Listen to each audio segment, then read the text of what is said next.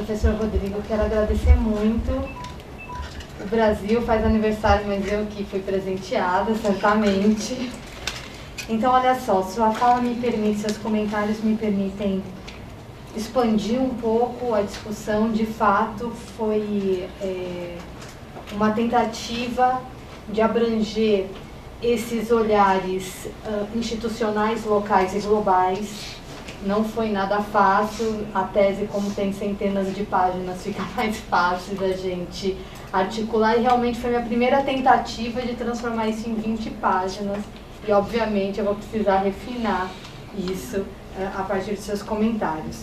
Então, agora, essa questão realmente tem uma simetria, mas é uma simetria invertida entre o propósito do IHGB e das diretrizes educativas nacionais, porém muito semelhante nas diretrizes educativas globais. Esse é um dos principais resultados da tese.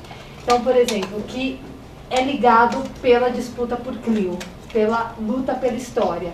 Então, se num contexto global, o Brasil, isso me chamou muita atenção, os autores Canclini, Wilkin Lica, até algumas falas do Homi Bhabha, do Gruzinski, Michel Serres, tem vários outros, né?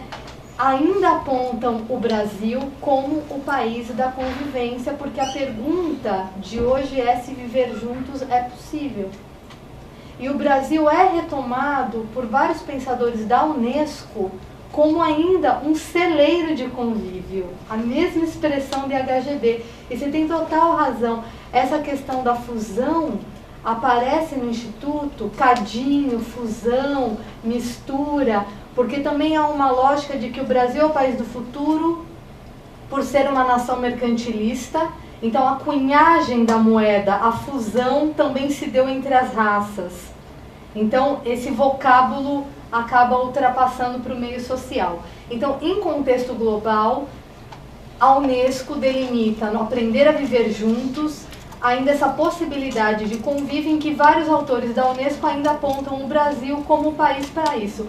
Porém, em contexto local, isso que eu pus no final do resumo, né? Não deixa de ser curioso que no contexto global isso se inverte. Porque agora é o reconhecimento pela diferença aqui no Brasil, e sim, uma disputa pela história, mas que esses grupos que ficaram totalmente à margem da discussão do IHGB sejam tidos como matrizes agora predominantes. Então tem uma simetria mais invertida. Então a disputa pela história permanece, mas é um outro tipo de história que se quer contada. Por isso que eu utilizo as diretrizes da Lei 10.639, que elas são super curtas, mas a palavra reconhecimento aparece mais de 30 vezes, o que não deixa de ser notório. E é o reconhecimento pela contribuição dos negros e indígenas à história do Brasil. Então isso se inverte totalmente, você tem total razão. Então é a ideia mesmo, eu até uso essa mesma metáfora na tese, de uma nação síntese para uma nação mosaico. Por isso que eu achei que a gente está total em sintonia. Eu utilizo realmente essa ideia. Agora, não deixa de chamar a atenção que em nível global, isso me chamou a atenção pelo período que eu passei em Genebra e com várias pessoas da Unesco, de que o Brasil ainda é referência de síntese mesmo, sem conflitos. E aí, o tempo que eu passei em Portugal foi muito interessante, porque me diziam assim, os professores: nossa, mas incrível como vocês brasileiros insistem, vocês chegam aqui e falam sempre, o Brasil é racista, o Brasil é racista. E eu falei assim, é que a gente precisa mesmo repetir isso muito e muito, porque isso ainda não é consolidado e não é aceito e tudo mais. A questão das ações afirmativas, também para mim, se fez notório, olhando a documentação do IHGB, em que há vários momentos em que o Dom Pedro II, que é tido como um arauto iluminista e tudo mais pelos membros do Instituto, que ele tente lançar debates sobre educação e ensino superior, e ele não consegue muito. E aí tem uma hora que eu percebo, por volta de 1880, que ele desiste. Ele não consegue, então ele chama congressos, não dá certo, embora tenham as feiras da glória, que às vezes ele participa sobre instrução pública, e aí ele decide, tem um projeto da elite brasileira em financiar os cursos superiores para uma determinada elite, medicina, direito e engenharia, que até hoje são cursos de distinção social. Isso para mim foi interessantíssimo encontrar, e aí se faz notório que as brigas pelas ações afirmativas comecem pelo ensino superior, porque foi lá já que isso se inicia, não é? Então, essa questão dos... Então você tem total razão, tem uma inversão aí, tem uma ênfase na história, mas é invertida. Nossa, tem várias coisas, mas vamos lá. Então, a questão dos dois pontos, não é? Essa questão da diversidade, da diferença da educação, era justamente tentar mostrar como, embora não se cessasse de se afirmar que o Brasil fosse o país da diversidade, é um predicado do Brasil. O país, em todo lugar do mundo, todos os autores que abordam o Brasil, o IHGB, os autores nacionais, enfim.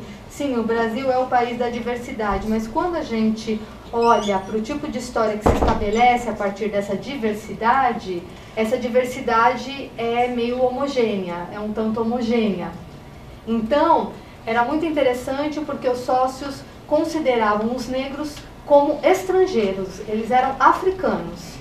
A ideia é essa, no século XIX. Depois, com a República, isso muda e com a abolição. Então, sempre as discussões se davam se a escravidão era ou não benéfica para o Brasil. A escravidão enquanto instituição. Não se falava de negros, mestiços, pardos, embora essas terminologias já aparecessem, o pardo também. Então, isso que eu falo, a recorrência desses debates, agora está falando de pardo. Não, já se falava de pardo no século XIX, né? Já estou terminando, tá, Elisa? E aí, então isso foi muito interessante, de como, embora esse debate não cessasse, então não havia, assim, uma preocupação, porque são africanos que no cadinho das raças vão desaparecer. E tanto que as pessoas afirmam muito, olha, em 1911, no Congresso Universal das Raças, o João Batista de Lacerda vai lá, junto com as informações de pesquisa e de censo do Roquete Pinto, para dizer que em 100 anos a população negra vai desaparecer no Brasil a partir da miscigenação. Só que isso já era dito muito antes, de que os negros desapareceriam a partir da miscigenação. Então, que não era uma categoria que devesse ser considerada. Os indígenas, sim.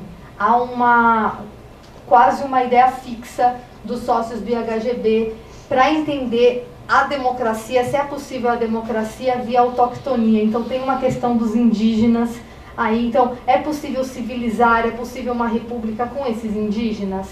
E a opção foi pela catequese. Embora vários sócios do IHGB tivessem dito que os índios eram bárbaros, que era melhor que eles ficassem longe, que não seria possível uma civilização com esse tipo de gente.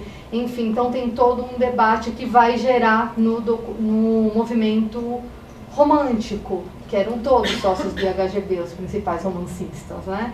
E depois isso vai culminar num racha que vai criar o movimento naturalista e depois o movimento higienista e eugênico.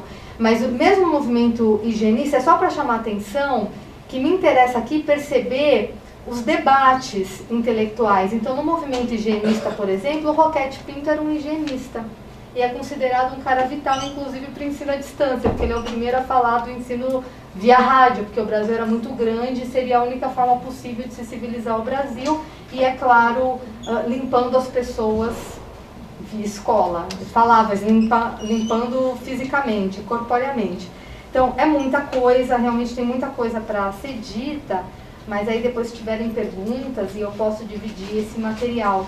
E aí também de manhã a professora falou do Frantz Fanon, também é interessante como tem uma mudança nessa questão de diferença que vai ser entendido por vários intelectuais negros aqui no Brasil, entre Frantz Fanon e Edouard Glissant, que são autores que têm pouco tempo de diferença, mas eles têm concepções radicalmente opostas.